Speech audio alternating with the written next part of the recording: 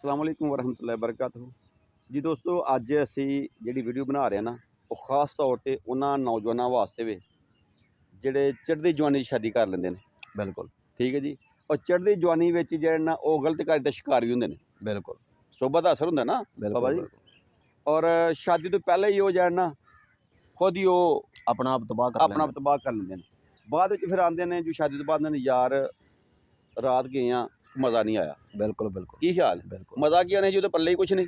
पल्ले कुछ नहीं। सब तो पहली बात है कि ऐसा मरीज ਜਿਹੜਾ WhatsApp ਹੋਏਗਾ ਉਹ ਸਭ ਤੋਂ ਪਹਿਲਾਂ ਗੁੱਦੀ ਤਹਿਰੀਰ 'ਚ ਹੋਏਗਾ। ठीक है। ਗੁੱਦੀ ਤਹਿਰੀਰ 'ਚ ਜਦੋਂ ਇਨਸਾਨ ਦੀ ਬਹੁਤ ਜ਼ਿਆਦਾ ਮਸਾਮ ਫਟਦੇ ਨੇ ਜਾਂ ਪਾੜਦੇ ਨੇ ਜਾਂ ਬੰਦ ਹੁੰਦੇ ਨੇ ਤੇ ਫਿਰ ਖੁਸ਼ਕੀ ਮਾਇਲ ਹੋ ਜਾਂਦਾ ਇਨਸਾਨ। ਜਦੋਂ ਖੁਸ਼ਕੀ 'ਚ ਹੁੰਦਾ ਤੇ ਤਸ਼ਕੀਨ 'ਚ ਲਿਆਉਣ ਵਾਸਤੇ ਨਫਸ ਨੂੰ ਬਾਅਦ 'ਚ ਮੁਸਤਜ ਨਹੀਂ ਕਰਨਗੇ।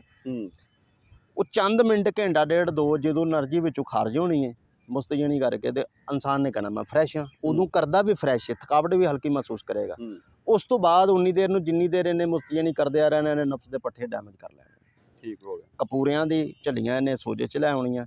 ਬਾਅਦ 'ਚ ਮਣੀ ਜਿਹੜੀ ਹੈ ਬਿਲਕੁਲ ਪਤਲੀ ਹੋ ਜਾਏਗੀ। ਟਾਈਮ ਉਹਦਾ ਨਹੀਂ ਲੱਗਣਾ, ਔਰਤ ਕੋ ਜਾਣਾ ਤੇ ਦਸਤੀ ਫਾਰਗ ਹੋ ਜਾਣਾ। ਕਿਉਂ ਕੋ ਪਹਿਲਾਂ ਹੀ ਬੰਦਾ ਖੁਸ਼ਕ ਹੈ। ਖੁਸ਼ਕੀ ਜਿਹੜੀ ਬੰਦੇ ਦੇ ਅੰਦਰ ਹੈ ਇਹ ਸਿਰਫ ਇਨਸਾਨ ਦੇ ਅੰਦਰ 25% ਹੋਵੇ ਤੇ ਬੰਦਾ ਤੰਦਰੁਸਤ। ठीक हो गया। ਇਹ ਜਦੋਂ 50 ਦੇ ਉੱਤੇ ਕਰਾਸ ਕਰਦੀ ਹੈ ਇਨਸਾਨ ਨੂੰ ਪਰੇਸ਼ਾਨ ਕਰ ਜਾਂਦੀ ਹੈ। ਉਹਨਾਂ ਵਾਸਤੇ ਇੱਕ ਮਗਲਸ ਹੈ ਸਾਡਾ, ਜਿਹੜੇ WhatsApp ਹੋਰਾਂ ਨੇ ਤਿਆਰ ਕੀਤਾ, ਇਹਨੂੰ ਕਹਿੰਦੇ ਨੇ 26 ਨੰਬਰ ਮਗਲਸ। ਇਹਦੇ 'ਚ 28 ਚੀਜ਼ਾਂ ਪੈਂਦੀਆਂ।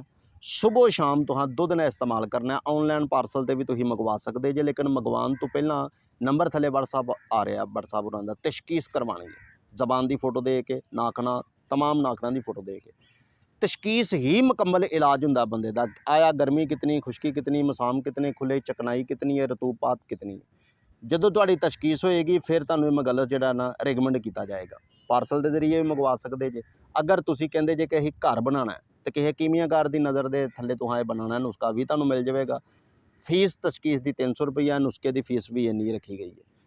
अगर तुहां लिखवा के लेना, अगर बनवाई लेना तो तुसीं कॉल ते भी गल कर सकते, थल्ले नंबर आ रहा। इंशाअल्लाह मनी बिल्कुल गूंद वांगू होएगी, सख्त टाइम वधेगा, नफ्स के पट्ठियां 'च ताकत आएगी। नफ्स अगर टेढ़ा है सीधा होएगा, नफ्स मोटा लंबाई च आएगा, नफ्स 'च पूरी तड़ होएगी, पट्ठियां की कमजोरी नहीं होएगी तो बंदा जिहड़ा नडाल सुस्त रहिंदा ये नहीं होएगा, एक्टिव होएगा अल्लाह की मेहरबानी नाल।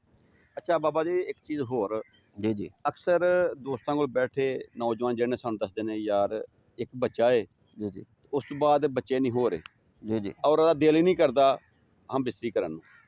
अगर तो औरत है तो औरत ठंडी हो गई है, और दूसरी बात अगर मर्द है तो मर्द की मिख जी खत्म हो गई। इनू मंदी कहा जाता है। इस मर्द नूं, इस मर्द नूं कहा जाता मंदी। जो मंदी होंदी है पिछे जी बिल्कुल नहीं बनती है पई मनी आनी अगे की, जो मनी ही पिछों डैड हो गई है, स्पर्म वो सौ गए ने, शहावत के जोड़े पट्ठे ने वो ही कमज़ोर हो गए ने, तो दिल किवें करना कोई शहावत। मिसाल के तौर पर एक बंदे नूं भुख ही नहीं लग रही, मैदे का नुक्स है, तो उन्हें रोटी किवें खानी। अक्सर किसी नूं बुखार हो जाए ना तो कहता यार मेरे मूँह का जायका बदल गया, मेरा खाण नूं कुछ नहीं दिल करता। वजह कि उहदियां हरारतां घट गई। हम बिस्तरी नूं अगर नहीं दिल कर रहा तो बंदा सर्द मिजाज दे विच, और दूसरी बात है कि या हद तो ज़्यादा गर्म हो गया बंदा। ये दो ही अलामत और पिछों मंदी का मसला है। उन्होंने नॉर्मल तुसीं अगर करोगे तो इंशाअल्लाह मालिक की रहमत ना बिल्कुल तंदुरुस्त और ठीक हो जाएगा। अच्छा एक चीज़ होर बाबा जी जी जी कि अक्सर जिहड़े ना साडे दोस्त नौजवान जिहड़े जी ना हम बिस्तरी तो बाद फौरन वाशरूम जाके ठंडे पानी नाल अपने अज़ूए खास नूं बिल्कुल धो लेंदे ने गरम गरम ही। जी जी ਉਹਦਾ ਨੁਕਸਾਨ ਜਿਹੜਾ ਨਾ ਉਹ ਵੀ ਜ਼ਰਾ ਅੱਜ ਦੱਸ ਛੋੜੋ सब तो पहली बात यह है कि अक्सर वीडियो जो उजागर किया गया कि जोड़े हम बिस्तरी तो फिल फौर बाद फौरी तौर पर ठंडे पानी में जाकर नफ्स धोना करते हैं, बहुत बड़ी बेवकूफ़ी है।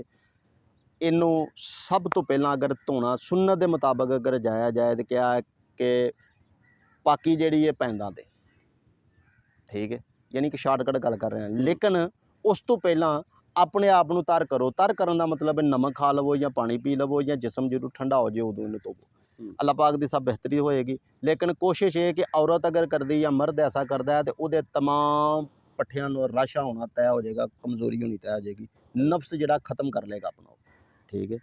एक याद ना तुहां रखना है कि जदों भी नफ्स ठंडा होवे फिर जाके तुहां वाश करना, गरम गरम नहीं करना वरना ये पट्ठे डैमेज हो जाएंगे।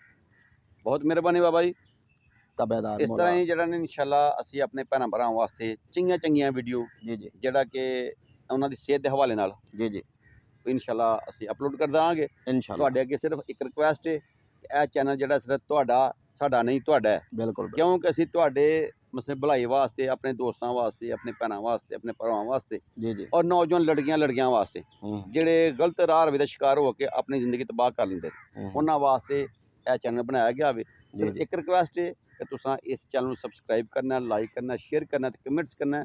ਸ਼ੇਅਰ ਇਸ ਵਾਸਤੇ ਕਰਿਓ ਕਿ ਜਿਹੜੇ ਸਾਡੇ ਦੂਸਰੇ ਭੈਣਾਂ ਭਰਾ ਨੇ ਜੀ ਜੀ ਉਹ ਵੀ ਵੇਖ ਕੇ ਵੀਡੀਓ ਤੇ ਕਮ ਸੇ ਕਮ ਉਹ ਆਪਣੀ ਸਲਾਹ ਕਰ ਸਕਣ ਬਿਲकुल बिल्कुल ਔਰ ਆਪਣੇ ਅਮਰਾਜ਼ ਦਾ ਇਲਾਜ ਕਰਵਾ ਸਕਣ। जी जी ਇਨਸ਼ਾਅੱਲਾ ਅੱਲਾ ਦੇ ਫਜ਼ਲ ਨਾਲ ਜਿਹੜੇ ਨਾ ਜਿਨ੍ਹਾਂ ਦੋਸਤਾਂ ਨੂੰ, ਬਜ਼ੁਰਗਾਂ ਨੂੰ, ਨੌਜਵਾਨਾਂ ਨੂੰ ਕੋਈ ਮਰਜ਼ ਹੋਏ ਅੱਗੇ ਇਹ ਰਿਕੁਐਸਟ ਕੀਤੀ ਹੈ ਕਿ ਆਪਣੀ ਜ਼ਬਾਨ ਆਪਣੇ ਹੱਥਾਂ 'ਚ ਤਸਵੀਰ ਭੇਜਣੀ ਹੈ। जी जी ਇਨਸ਼ਾਅੱਲਾ ਦਵਾਈ ਜਿਹੜੀ ਹੈ ਅਗਰ ਤੁਸੀਂ ਖੁਦ ਬਣਾਉਣਾ ਚਾਹੁੰਦੇ ਹੋ ਇਨਸ਼ਾਅੱਲਾ ਉਹ ਵੀ ਦੱਸ ਦਾਂਗੇ। ਅਗਰ ਤੁਸੀਂ ਮੰਗਵਾਉਣਾ ਚਾਹੁੰਦੇ ਹੋ ਤਾਂ ਇਨਸ਼ਾਅੱਲਾ ਬਜ਼ਰੀਆ ਪਾਰਸਲ ਤੁਹਾਡੇ ਘਰ ਤੱਕ ਪਹੁੰਚੇਗੀ। ਇਹਦੇ ਨਾਲ ਸਾਨੂੰ ਇਜਾਜ਼ਤ ਦਿਓ ਬਾਬਾ, ਹੁਣ ਸਾਨੂੰ ਰੱਬ ਰੱਖਾ ਜੀ। ਅੱਲਾ ਹਾਫਿਜ਼। अल्लाह